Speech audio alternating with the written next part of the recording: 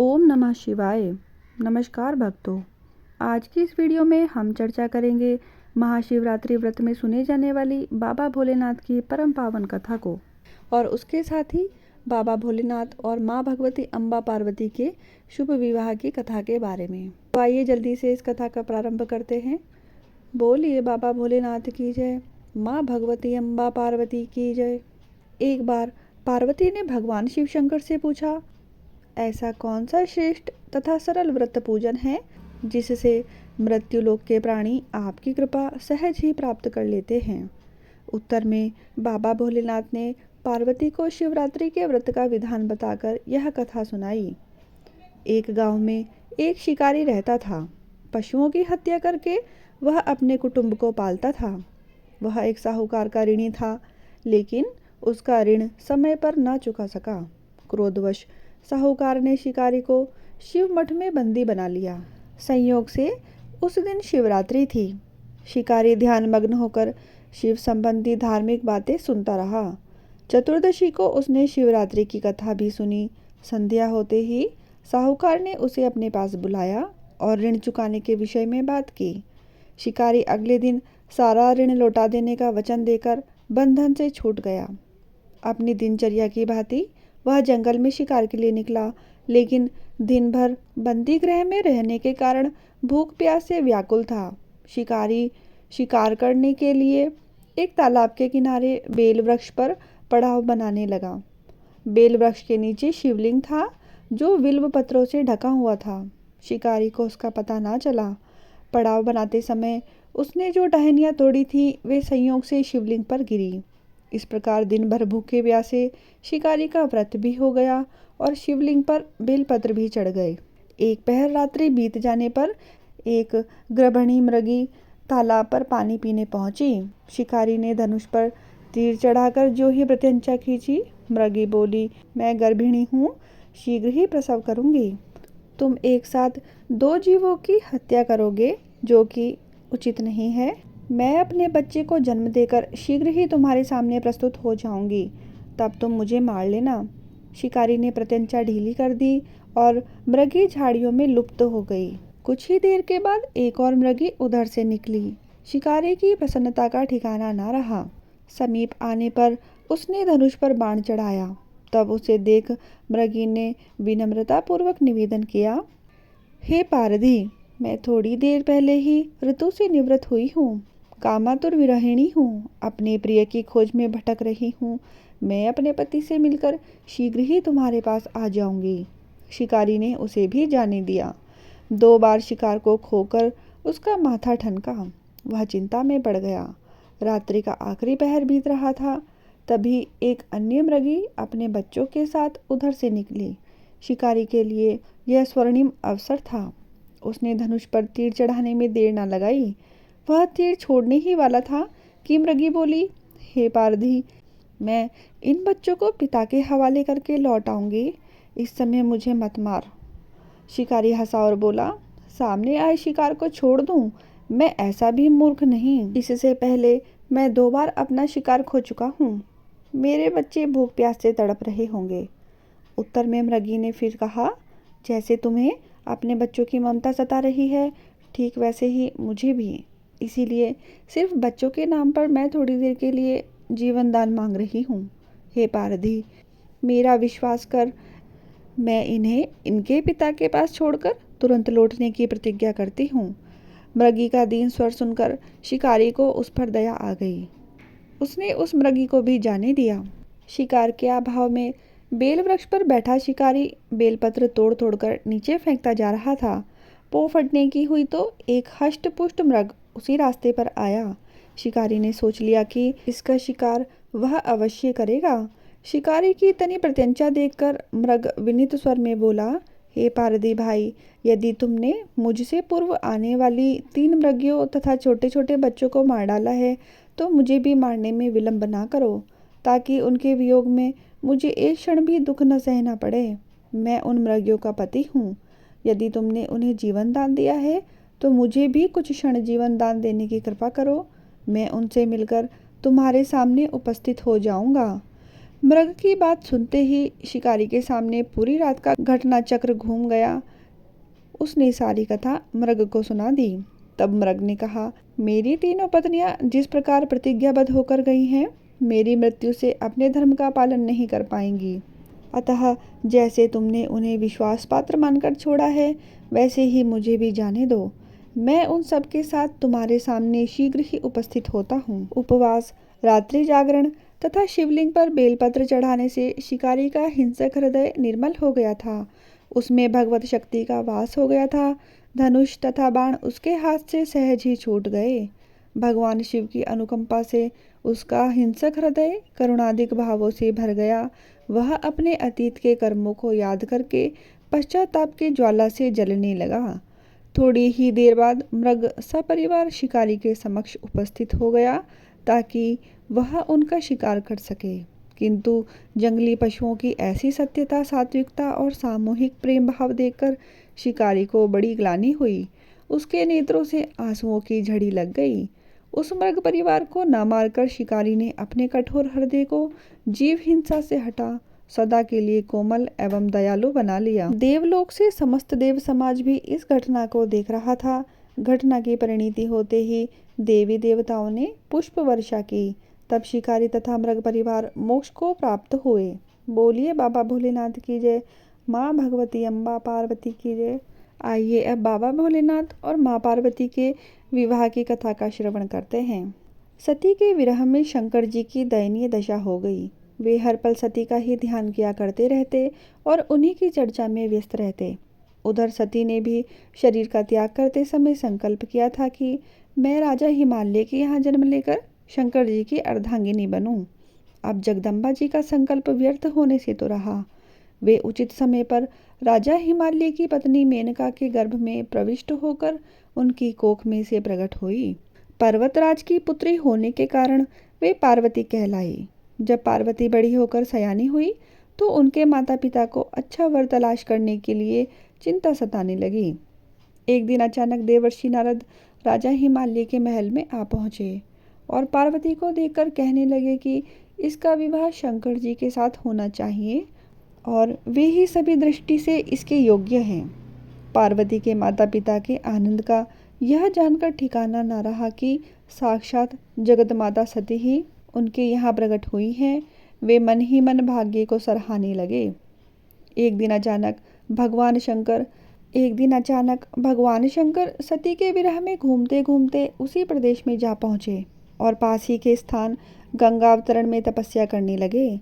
जब हिमालय को इनकी जानकारी मिली तो वे पार्वती को लेकर शिवजी के पास गए। वहाँ राजा ने शिवजी से विनम्रता पूर्वक अपनी पुत्री को सेवा में ग्रहण करने की प्रार्थना करी।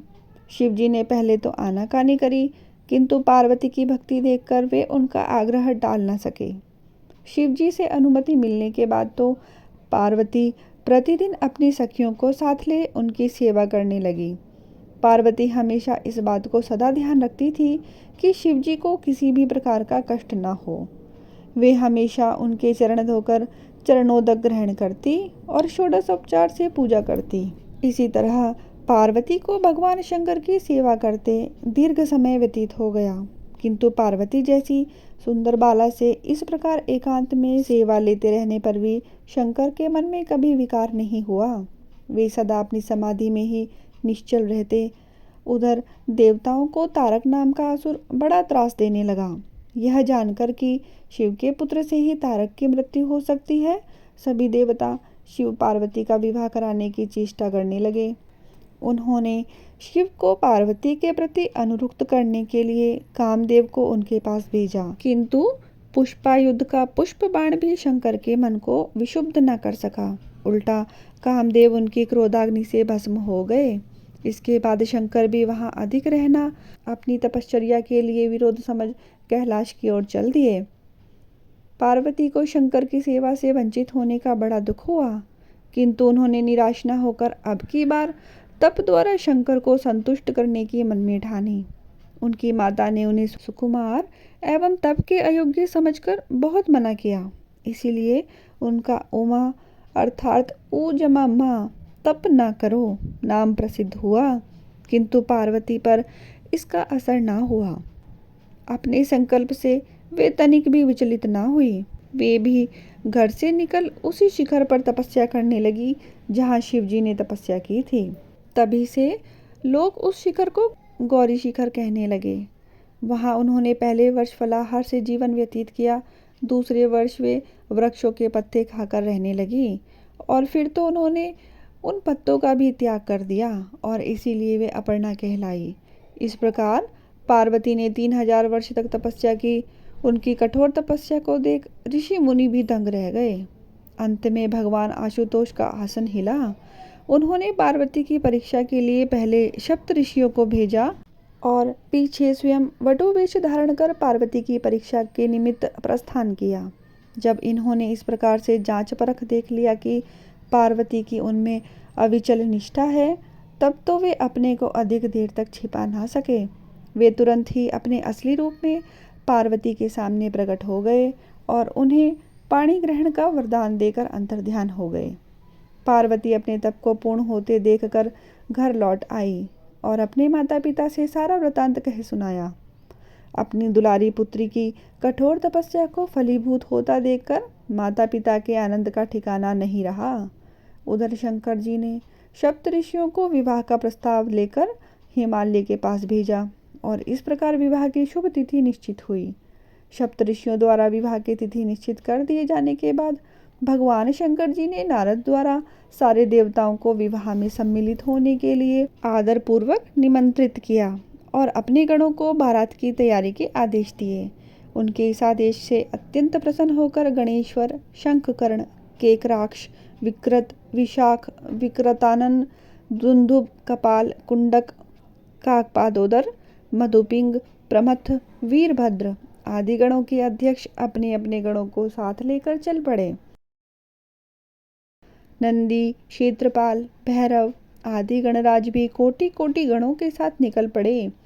ये सभी 3 नेत्रों वाले थे। सबके मस्तक पर चंद्रमा और गले में नीले चिन्ह थे। सभी ने रुद्राक्ष के आभूषण पहन रखे थे। सभी के शरीर पर उत्तम भस्म पुती हुई थी। इन गणों के साथ शंकर जी के भूतों, प्रेतों, पिशाचों की सेना भी आकर सम्मिलित हो गई थी। इसमें डाकिनी, शाकिनी, यातुधान, बेताल, ब्रह्म राक्षस आदि भी शामिल थे। इन सभी के रूप, रंग, आकार प्रकार, चेष्टाएं, वेशभूषा, हाव भाव आदि सभी कुछ अत्यंत विचित्र थे। किसी के मुख ही नहीं था और किसी के बहुत से मुख थे। कोई बिना हाथ पैर के था तो कोई बहुत से हाथ पैरों वाला था। किसी के बहुत सी आंखें थी, किसी के पास एक भी आंख नहीं थी। किसी के मुख गधे की तरह, किसी का सियार की तरह, किसी के कुत्ते की तरह था। उन सब ने अपने अंगों में ताजा खून लगा रखा था। कोई अत्यंत पवित्र और कोई अत्यंत विभत्स तथा अपवित्र गणवेश धारण किए हुए था।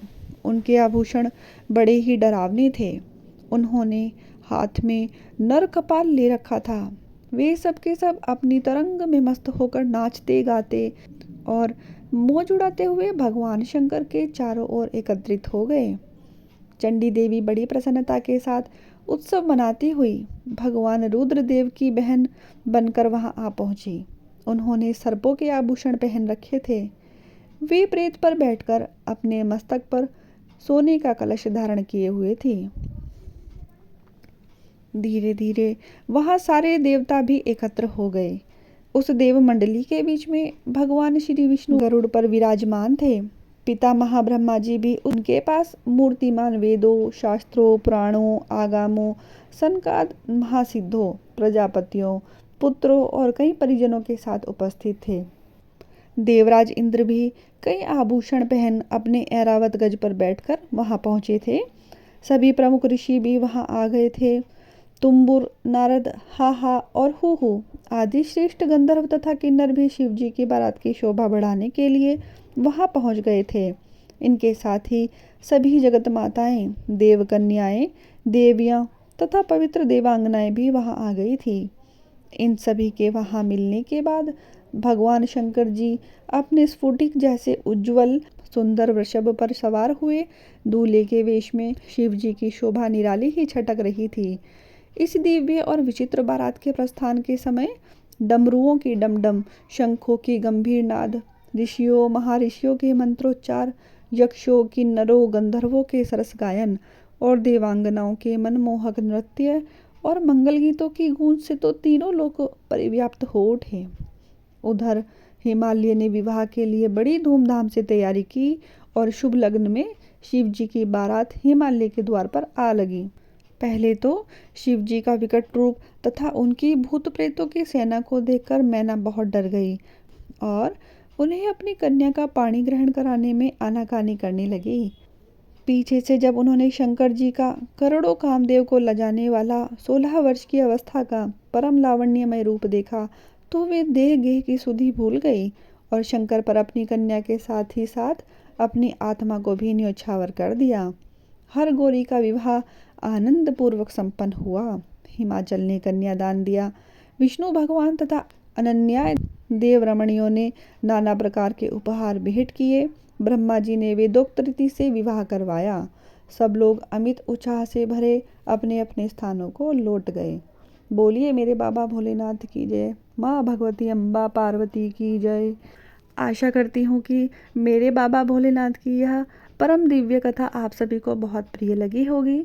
यदि आपको यह कथा प्रिय लगी है तो कमेंट बॉक्स में ओम नमः शिवाय अवश्य लिखें। वीडियो को लाइक करें, शेयर करें और मेरे चैनल को सब्सक्राइब करना ना भूलें। धन्यवाद।